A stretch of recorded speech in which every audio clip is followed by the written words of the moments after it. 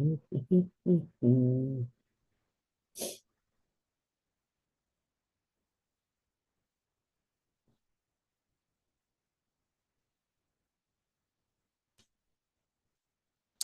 right, there we go.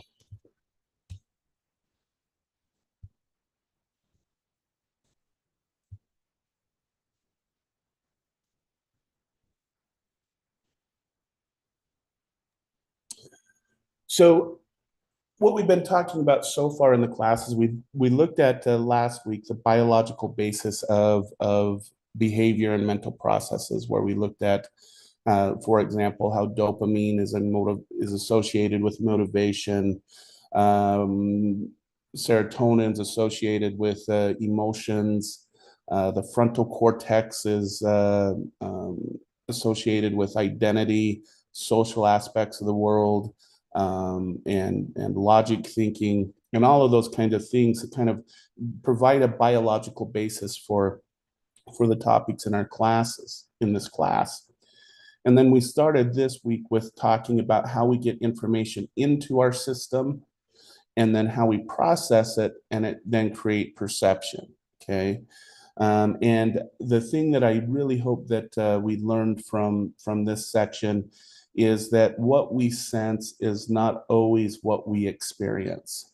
Okay, and this brings up the troubling topic of what is known as consciousness. Okay, consciousness. Now, let me first differentiate the difference between perception and consciousness.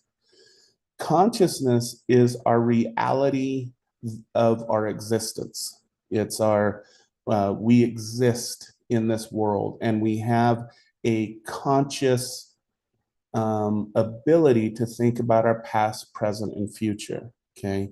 Perception is kind of a sub part of consciousness, is it's our interpretation of our physical world. Okay, so they're kind of they overlap in some ways, but if you've ever daydreamed, for example, you're not necessarily perceiving what's going on around you in your world. You're having a different conscious state than what you should be perceiving in the moment. Okay. Another good example of the difference between consciousness and perception is how much we actually pay attention to things. Okay. When we have, for example, in a lecture, in this classroom lecture, if you've ever heard a really good lecture, like you thought, wow, that was amazing. And then you went home and you tried to express what was stated in that lecture, and it doesn't quite sound the same as what you experienced when you were listening to that lecture. This is the conflict between perception and consciousness. Okay. Because in reality, when we're paying attention to something, our brain, if you want to put it in brain terms, burns out really quickly. And so it has to turn on some other area of the brain for a few seconds, so that that area of the brain that is paying attention to something has a moment to kind of cool down and be able to start focusing again. Okay. And so what happens is that we have about pay attention for about 10 minutes of I'll put this in the average. Let's say an lecture is 60 minutes. In that lecture, we are actually only consciously aware or perceptively aware of about 10 to 15 minutes of that lecture. The rest of our conscious reality of that other 60 minutes is built on our experience when we're not even able to pay attention to it. Okay. So hence the reason why you take good notes, why we record these lectures, so you can go back and whatnot. So maybe that was a complicated way of trying to distinguish between consciousness and perception. But in reality, perception, like I said, in a lecture, we maybe get 20, 30 minutes, and then the other 20, 30 minutes is our consciousness streaming it kind of in the background for us. And then we only pay attention to those parts that really interest us. Okay. Um, but let's take it but let's give us what we could call a construct definition of consciousness. Construct meaning something that we can study and something that we can all agree upon as far as um, um, what we're experiencing. Okay. Consciousness is first and foremost our subjective experience of something. Okay. So again, if I were to survey you guys at the end of this class in an anonymous survey and just ask what your experience of today's class was, what did you experience? Even though you're all hearing the same words, you can see the same images, the same things on the PowerPoint slides. You're not perceiving anything different than the person next to you or the person that's next to you on the Zoom tiles, okay? But I would be willing to bet that each and every one of you, while you have the same perceptions, your reality, your experiences would be different from each other. For example, if I brought up topics on trauma, some of you may have direct experience with trauma and could relate with that. For others, it may not be something that is significant in your life. So even though you've heard the same things, you're going to have a different experience, both emotionally, psychologically, and mentally. Okay. Um, and so, uh, and so, so to take this a first step further, while this is our subjective experience, it's a combination really of a person's subjective experience with the external world. Seeing these words on the PowerPoint, hearing my voice, the environment that you're in while you're listening to this, whether you're in at your office at work or at your kitchen or a home office at home, and your internal mental activities. Now, I want to slow down here. What is meant by internal mental activities? Well, there's different levels. Okay. One, um, there's something called a priming effect. Okay. That your experiences that you've had before this class started are influencing your experience of the class right now. Okay. And that's what we call a priming effect. And the best example of this is, usually if everything goes wrong in the morning, we interpret the rest of our day as going wrong.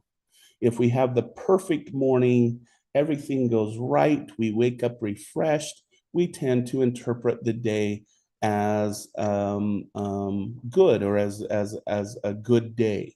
Okay. So emotions and mood play a role in our subjective experience. The other thing that plays a role is our memories. Okay. We are an accumulation of our memories. And so when I say, so for example, one of the toughest subjects to teach in psychology is a class on emotions and feelings because everyone probably has a different experience and a different interpretation of when I say the word sadness. It brings up a different memory and a different cognitive structure for each one of us. Or even when I say the word happiness or success, all of us have had our own mental experiences with those and our own history with them, that it's really hard to talk about things like emotions and whatnot in objective terms. That's why that's why the scientists who study emotions and feelings take the physics route of studying it. If you pick up a journal on emotions, for example, the journal Emotions is actually what it's called. Most of the journal articles are math equations to determine and predict emotional states because they know that everyone has a different experience of emotions, but they can be calculated using different frames of reference. So, you know, if you want to go study in the science of emotions, make sure you take some calculus class, some differential statistics classes, and mathematics classes, because it is highly, highly mathematic because it's hard to come to a really good definition of sadness, but we can at least represent it in numbers and equations. Okay. So this is then what we call consciousness. Now, the other aspect, this is kind of the how we can study it in a psychological level. The other level of consciousness is on what's called the metaphysics level. The metaphysics level is if we have consciousness, do other animals have consciousness or do other species have consciousness? Is it goes to the body problem. Is the brain conscious or something separate that we call mind that gives way to consciousness? And I will tell you again, going back to that first week of class, these things are still very much up to debate about whether or not the brain gives way to consciousness or if there's some separate entity that gives us consciousness, whether other species have it or not. It's very much up for debate even today. So, on the metaphysical level, when we look at consciousness, we're thinking about why do we have these experiences? Why do we have these conscious realities or conscious subjective realities of our own existence? And that's still very much a metaphysical debate that is going on. Okay. So, what are some ways that we can study subjective experiences? Well, we can do things. If you remember in week one, I introduced the idea of introspection that came from the Wuttian count of psychology, where researchers participate in analyzing their personal experiences and describe them to the researcher. Okay, so this is when you go into a lab and maybe view a video and you provide the interpretation to the researcher. Okay, it's very much what happens in the practice perspective when you go see a counselor or a therapist. You're going through the introspective process to where the therapist understands what your conscious subjective experience of whatever trauma or issue is ailing you. Okay. However, the general problem with introspection is that it's subjective and unique to each person.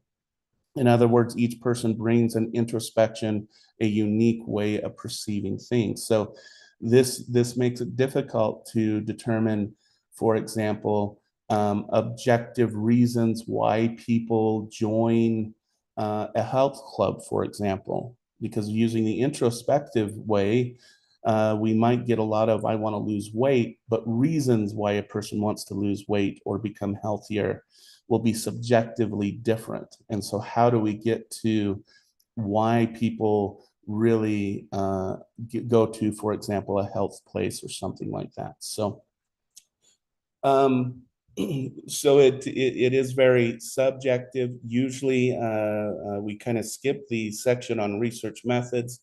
We use what is called qualitative methods of research to look at common themes and those kinds of things. But it really is difficult to get objective measures from this, but it does lend us to some very rich data and information about people's experiences.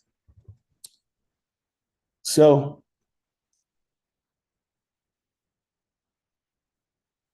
given that consciousness is subjective experience, what do we mean uh, when we say that there's objective versus subjective? Okay, and so what when we're talking objective, what do we mean? Okay, when we're talking about objective methods or objective things where you consider information as objective that exists apart from your opinion of it. Okay. So you and your friend both find jalapenos really spicy. Okay, that's an objective truth. Okay. You can experience information itself by being free of biased thoughts and feelings about the information. Others experience this information in the same way you do. Okay. When we look at subjective experience, you're considering information as a subject to your opinion. You love eating spicy jalapeno peppers, but your friend finds them too hot. So those are two subjective experiences that two people experience something differently. So when we're looking at objective, we're looking at those things that people do that are similar to each other. When we're looking at it from a subjective perspective, we're looking at what was the person's reason. Okay. And a good example of this is when we get to social psychology, we'll talk about what's known as the Milgram studies. Okay. In the Milgram study, Milgram wanted to ask, given an authority figure in a room that is unknown to the individual, how many people would be willing to shock someone up to 450 volts? And under that 450 volts, it has something, three X's that say may cause death. How many people would go all the way up to 450 volts? Well, the study is much more complicated than this, but in general, 2/3 of people he found would go up to 450 volts. And study after study and even partial replication since Milgram show from an objective perspective, we know that 2/3 of people would engage in that behavior. Okay. But if we were to stop there, we wouldn't know, well, what makes 1/3 of people different than 2/3 of people, right? So in the Milgram study, Milgram went in and asked what their experience was. Were they willing to do that? Or why were they not willing to do that? And he really got down to people's subjective experiences.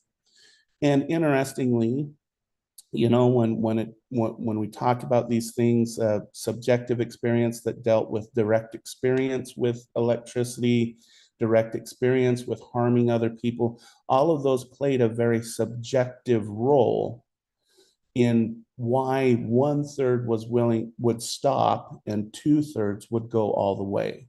Okay. And so, in a lot of cases, what we want to know is yes, we can objectively measure who will do what and who will not do what, but we have to use a subjective method to really understand the why people would engage in those kind of behaviors, for example, with the Milgram studies. Okay.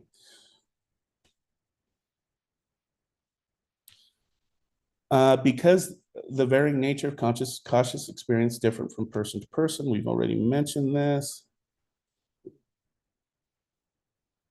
Okay, so consciousness, and we got to remember, we go back to Sigmund Freud.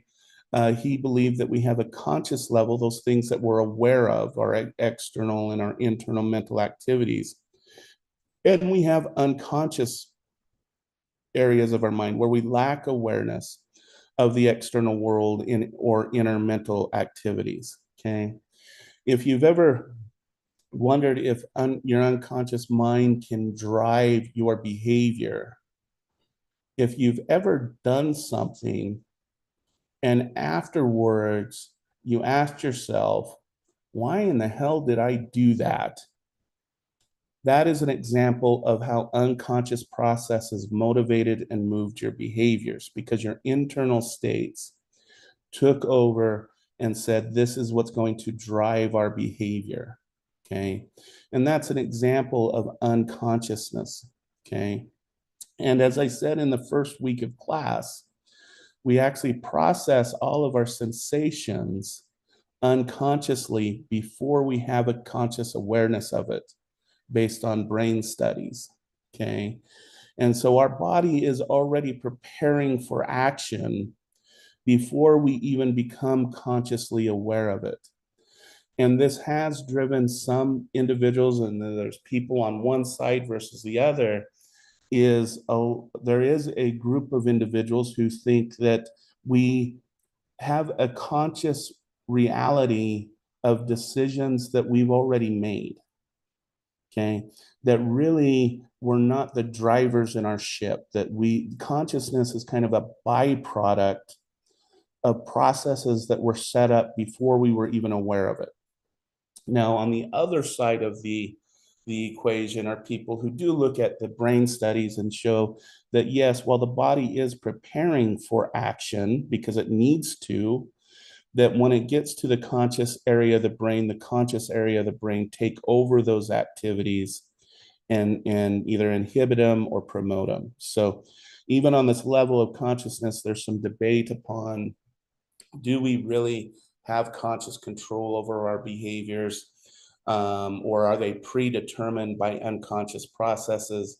And then on the other side of the debate is, yes, we'll admit that we do have, we process information unconsciously first, but then our conscious, when we become consciously aware of those, we then can take control of them. So it's a very much of a debate on this consciousness area.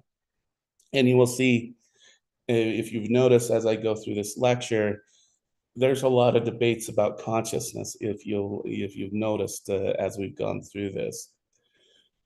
So when we talk about consciousness, we also can talk about states of consciousness. Okay, so we could talk about normal waking states of consciousness. This is the states of consciousness when we're awake. We're clearly aware of our external and internal mental activities. Okay. And then we should look at what are known as altered states of consciousness. This is a state that deviates from normal waking states. This may reflect more vivid awareness, less awareness of the external world, and in inner mental activity. So a couple types of altered states of consciousness that we'll talk about in this class is sleep, which we will actually see our brain is actually more active when we're asleep than when we're awake. Drug-induced altered states of consciousness, and consciousness states that are altered through things like meditation. So those are all considered altered states of consciousness because our awareness changes from what we normally would experience in our normal wake activities. Okay.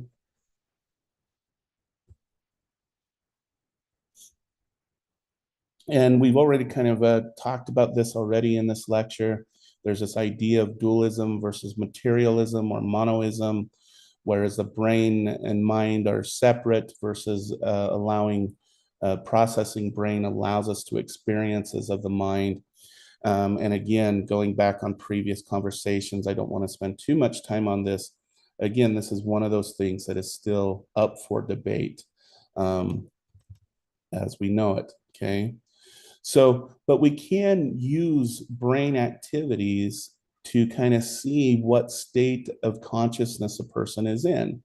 Because, for example, brain waves during sleep and wake are different, okay? So we can measure consciousness and mental states once considered too subjective to study. And we're starting to reveal that brain activity may give rise to specific subjective experiences. And I want to be very clear of that. We don't have evidence that it gives way to all of our conscious experiences, but there are some that seem very specific to brain processes. Okay, so for example, some of the areas that are associated with consciousness, and then all work together, and this is where this term key global workspace model is, that there's no single area responsible for awareness, okay? So we know, for example, from last week that our prefrontal cortex is that when we're experiencing something, this is I understand plans. Primary cortex, I'm all about movement. Parietal lobe is about space and awareness of space.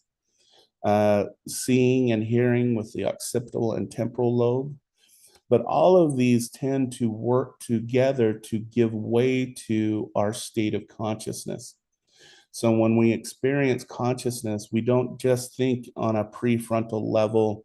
We're looking at the things in our 3D spatial world, where we are in time and place. What we're seeing, all of it comes together into one synchronous state of consciousness. Okay. One way that we can study brain activities and consciousness is through traumatic brain injuries, which I always have thought, what an awful way to understand consciousness is looking at persons who are suffered so greatly from a brain injury, but we want to poke and prod and see what's going on. But it is one way to understand when one area of the brain gets damaged, what then gives rise to different states of consciousness. Okay.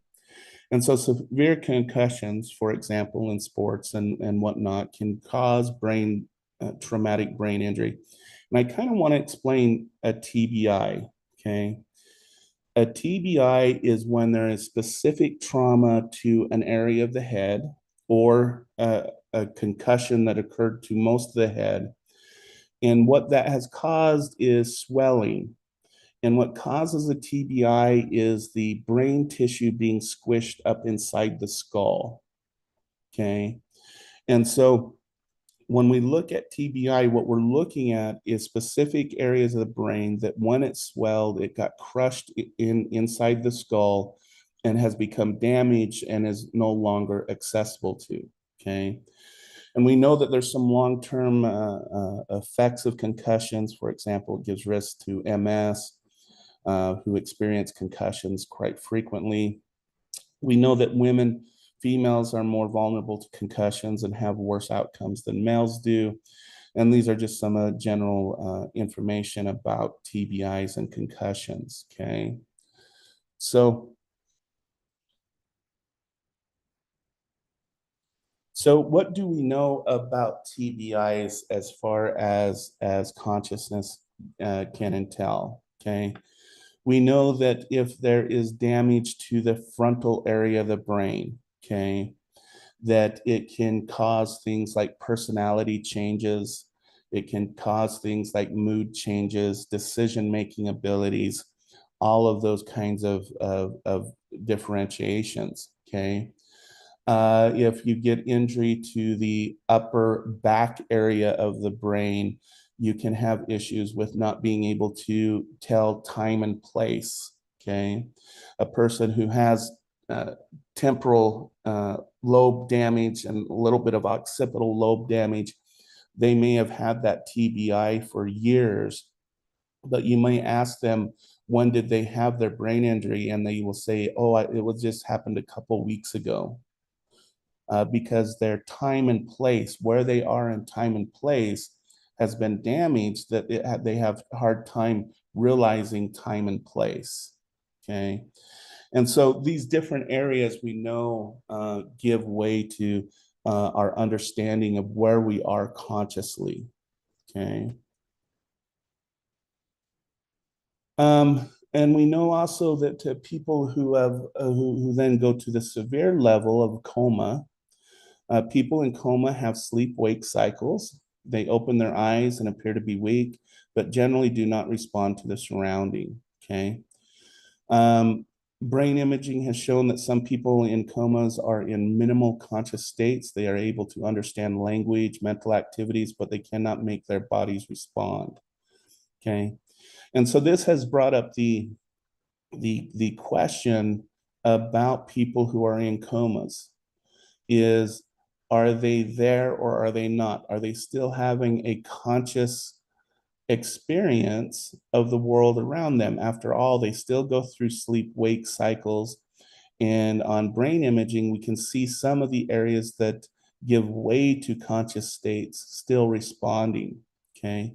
So is a coma a input problem where people are not getting the information they need to respond consciously and verbally and visually?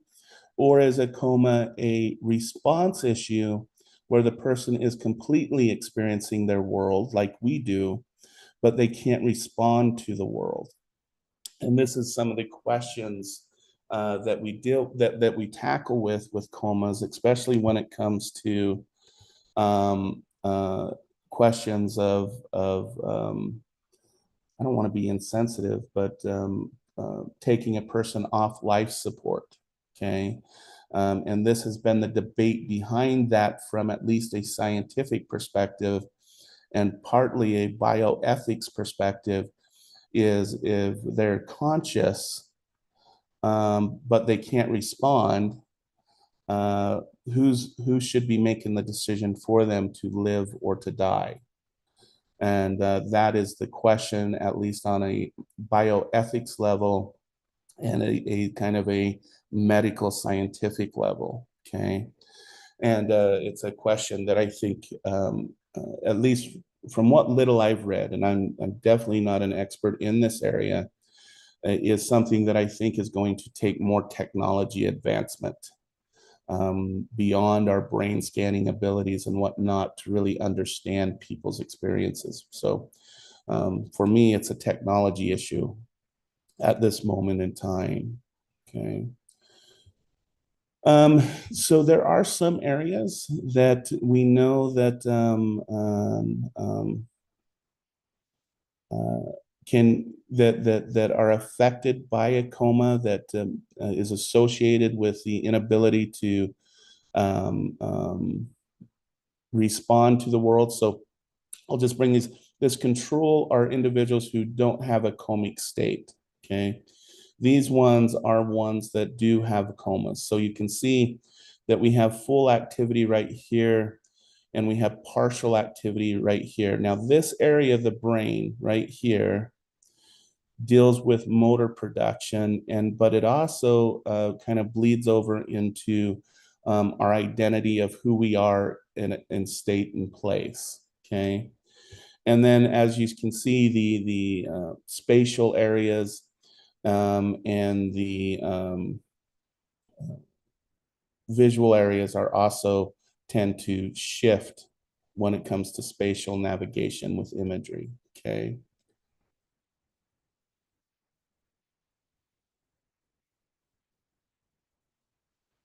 All right. For I think.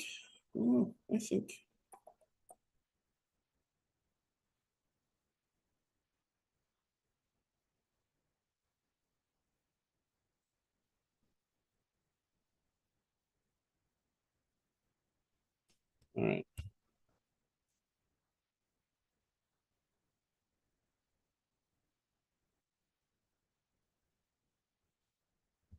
All right. One aspect, and I'll get. I just want to introduce this idea, and then we'll proceed with it tomorrow. Is one part of consciousness that has been studied quite a bit is attention. Okay, and our ability to attend to information and whatnot. And so attention is the focusing of mental resources on specific information to become consciously aware of this information. So as the picture shows, attending to the road while you're driving, you may have to provide more focused attention in the storm versus when it's a nice sunny day out and everything's good. Okay. We do know that attention has two tracks. We have an automatic processing track.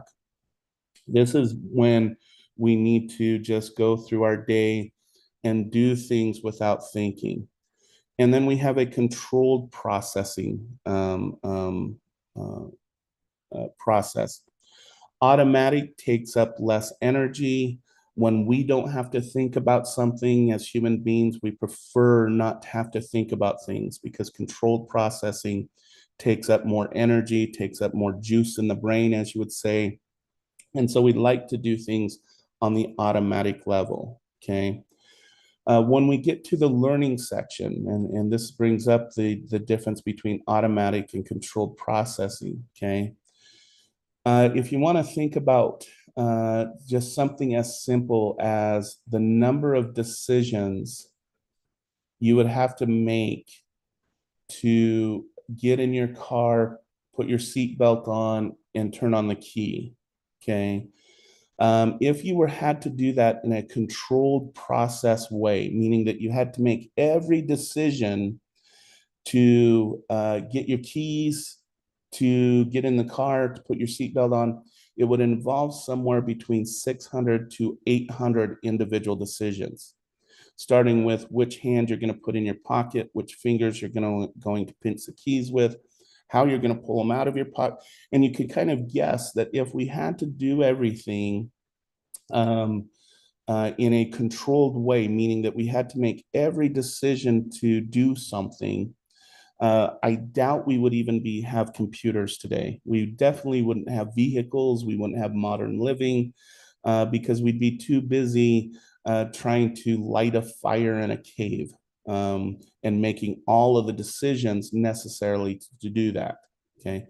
So automatic processing becomes very, very important when it comes to not only the survival of a species, but getting through the day-to-day processes of living. Well, controlled processing is when we have to take conscious control over those things that are normally something that we would process automatically. Okay. So is fast, it does not require a lot of mental resources. Controlled processing is slow and it requires a lot of mental resources. Okay.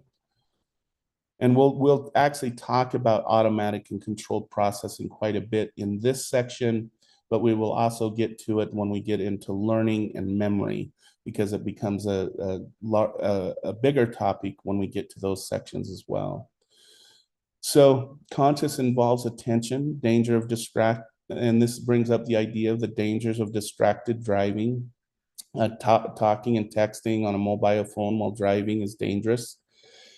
I think that this is an interesting thing, okay? Because there's always people who say I can drive better when I'm texting and driving, or I'm not paying attention and driving. And so some of the most interesting studies that kind of gave the evidence that texting and talking and driving is not a good idea comes from studies of people who claim that they are best when they multitask versus people who say, I can't multitask at all. So imagine we bring these people into a lab, we give them a measure that measures multitasking. And sure enough, we have individuals who measure on a paper pencil test that they are really good at multitasking and others that are not.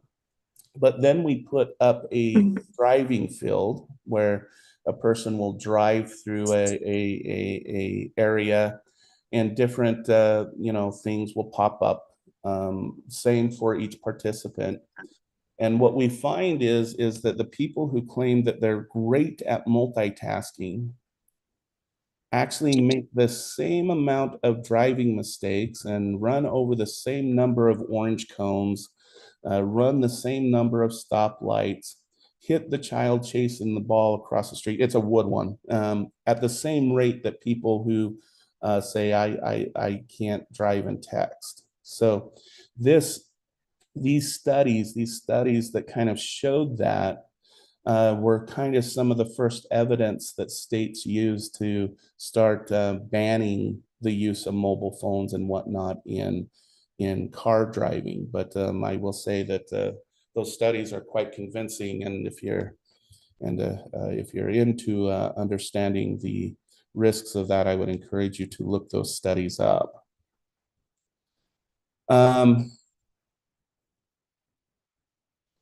And then this brings up the question about multitasking. Are we actually good at multitasking?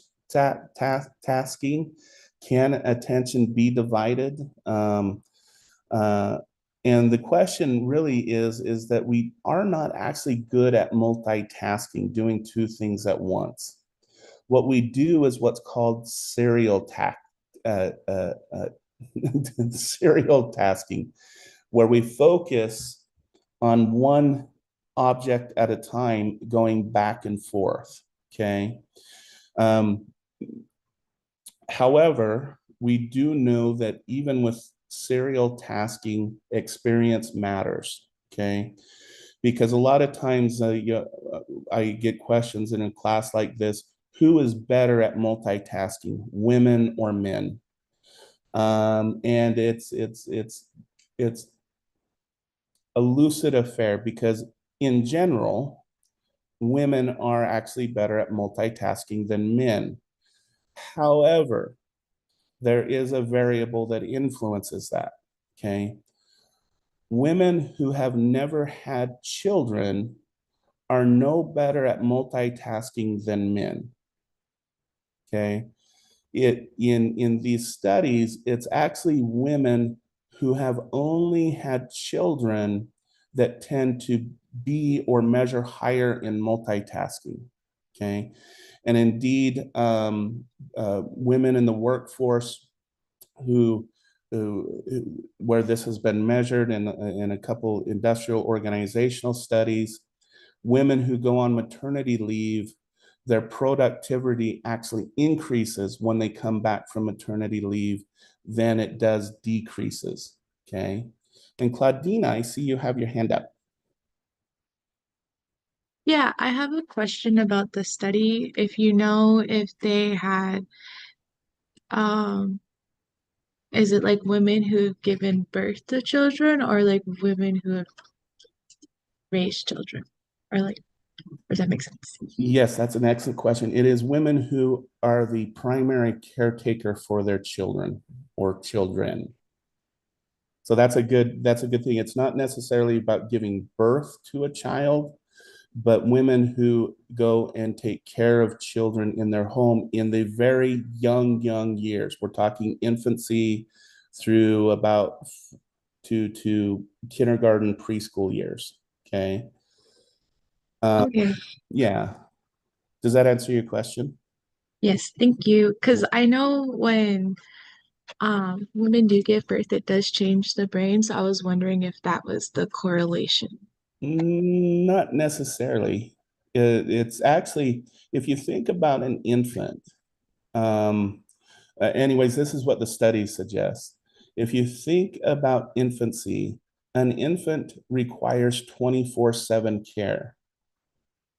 But being the primary caregiver, you're not only have to take care of that child 24/7, you also have all of the other tasks in life to do, like pay bills, clean house. Maybe you still have to do some work, take care of other children. And so, what we think is happening in this situation is because there is this secondary person. I know that sounds rude. This secondary person that requires constant attention, that women and who go through this tend to learn. It's a learning thing about how to shift their attention rapidly from one thing to another. Okay. Now, there is one caveat on this, and it's one that should be fully, I think, fully examined, is there is no study on men who have taken care of, have been the primary caretaker of an infant and toddler. So I think that this would help us understand, again, going back to the comment about is it biology or is it experience? I think those studies could help us a little bit in understanding, is it a learned thing that a person goes through, or is there something deeper that happens in the brain system as a woman gives birth? But our only evidence that suggests that it's not is women who are, for example, wet nurses or primary caretakers of an infant or toddler. But it would be interesting to see, and this is kind of the debate behind this, is there is no study of men's multitasking ability if they were the caregiver for an infant and toddler, or the primary caregiver for an infant or toddler. So that's one question that hasn't been answered. As far as this question is this something that both men and women can learn through the caretaking process of an infant and toddler? So.